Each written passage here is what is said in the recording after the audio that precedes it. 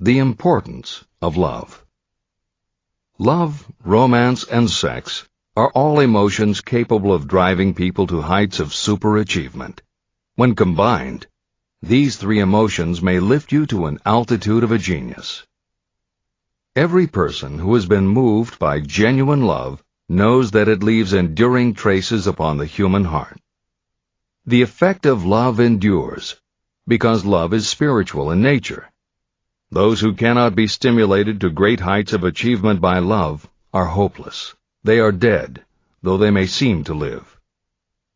If you believe you are unfortunate because you have loved and lost, you are wrong. One who has loved truly can never lose entirely. Love is whimsical and temperamental. It comes when it pleases and goes away without warning. Accept and enjoy it while it remains, but spend no time worrying about its departure. Worry will never bring it back. Dismiss the thought that love only comes once. Love may come and go times without number, but there are no two love experiences that affect you in just the same way. There may be one love experience that leaves a deeper imprint on the heart than all the others. But all love experiences are beneficial, except to the person who becomes resentful and cynical when love makes its departure. Even the memories of love can lift you and stimulate your mind.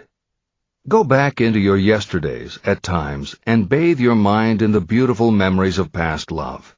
It will soften your worries and give you a source of escape from the unpleasant realities of life.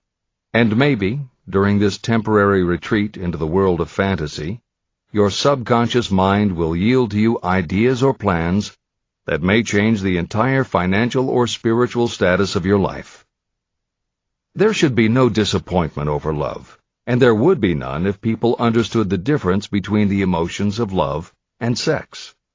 Love is an emotion of many shades and colors, but the most intense and burning of all is that experienced in the blending of the emotions of love and sex. Marriages or committed relationships that are not blessed with love properly balanced with sex cannot be happy ones, and seldom endure. Love alone will not bring happiness, nor will sex alone. Love is spiritual. Sex is biological. No experience that touches the human heart with a spiritual force can possibly be harmful, except through ignorance or jealousy. The presence of destructive emotions in the human mind may poison it in a way that destroys your sense of justice and fairness. Just as a chemist can take certain chemical elements, none of which are harmful in themselves, and by mixing them together create a deadly poison, in a similar manner the emotions of sex and jealousy, when mixed, may turn just as lethal. Love is the emotion that serves as a safety valve and brings balance, reason, and constructive effort. Love is, without question, life's greatest experience. It can bring you into communion with infinite intelligence. When love guides the emotions, it may lead you well on your way toward creative effort. The road to genius consists of the development, control, and use of sex, love, and romance. Briefly, the process may be stated as follows. Encourage the presence of the positive emotions as the dominating thoughts in your mind, and discourage all the destructive emotions. The mind is a creature of habit. It thrives on the dominating thoughts fed to it. Through your willpower, you may discourage the presence of any emotion and encourage the presence of any other. Control of your mind, through the power of your will, is not difficult. Control comes from persistence and habit. The secret of control lies in understanding the process of transmutation. When any negative emotion presents itself in your mind, it can be transmuted into a positive or constructive emotion by the simple procedure of changing your thoughts.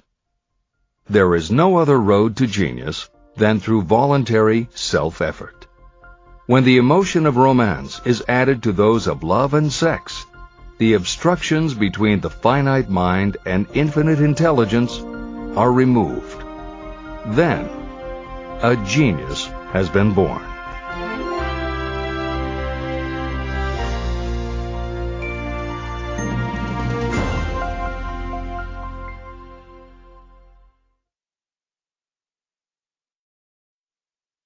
The fourth basic fear.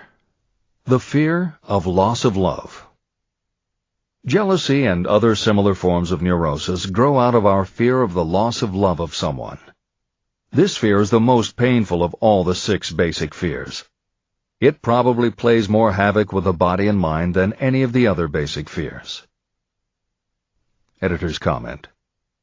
By way of introduction to each of the 6 basic fears, Napoleon Hill usually postulates how the fear originated in humans.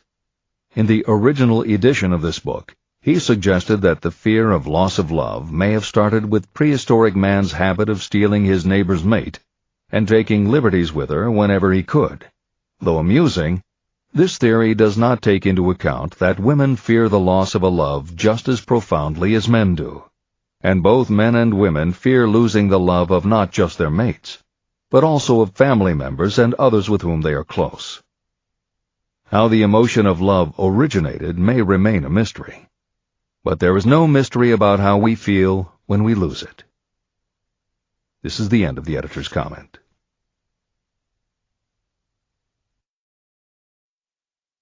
Why you are the master of your fate. When the famed English poet William Henley wrote the prophetic lines, "I am the master of my fate, I am the captain of my soul," he should have informed us that the reason we are the masters of our fate, the captains of our souls, is that we have the power to control our thoughts. He should have told us that it is because in some way our brains become magnetized with the dominating thoughts that we hold in our minds. And it is as though our magnetized minds attract to us the forces, the people, and the circumstances of life that are in sync with our dominating thoughts.